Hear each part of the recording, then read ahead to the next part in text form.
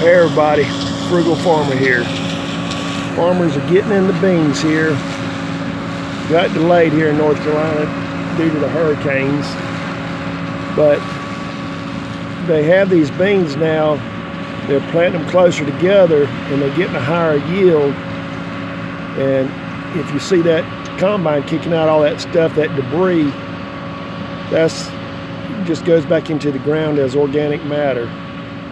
But that combine probably cost somewhere south of $300,000. That's no small change. But hopefully the farmers get their money back on this.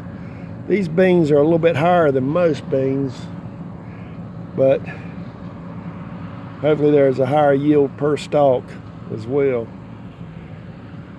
And there ain't no telling what they'll plant behind this. But I'll keep you informed on it. Thanks for stopping by. Come back again when you will. Share, comment, like. Hit that subscribe button. God bless.